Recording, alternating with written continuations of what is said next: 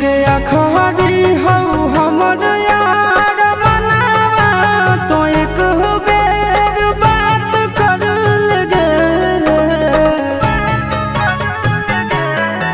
हो गया खरी हो हमर यार मनावा तो एक बेर बात कर लगे।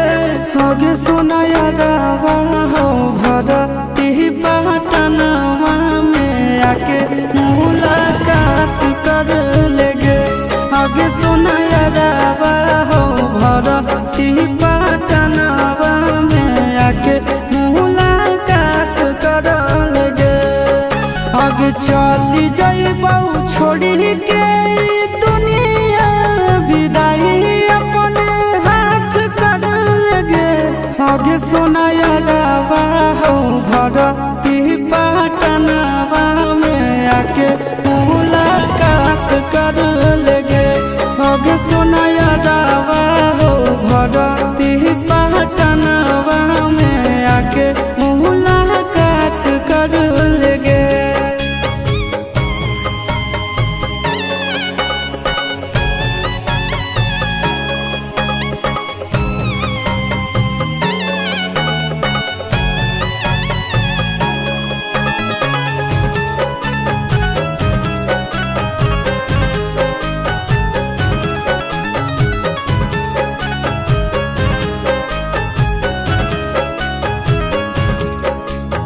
मोरे घर पनिया पिलाई दी है जान गे। कफन ओढ़ाई दी है टूटत ही जब प्राण गे। मोरे घर पनिया पिलाई दी है जान गे।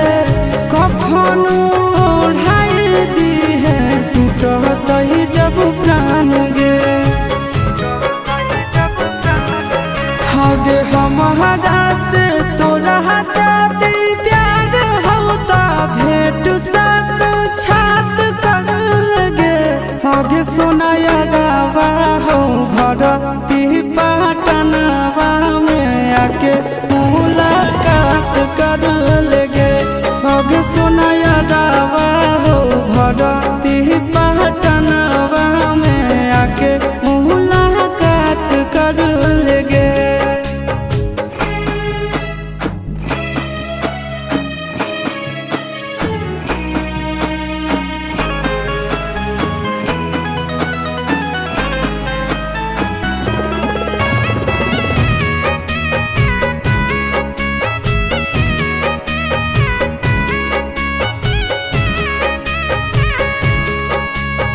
डॉक्टर जवाब दिल के बुलावा मौत के।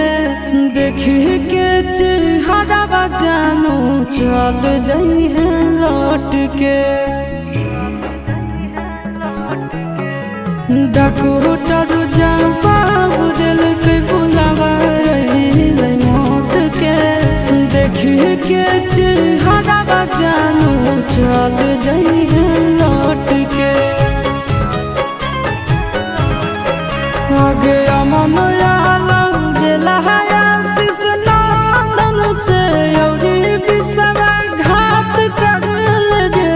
आगे सुना यारवा हो भरती पटनवा में आके मुलाकात कर लेगे। आगे सुना यारवा हो भरती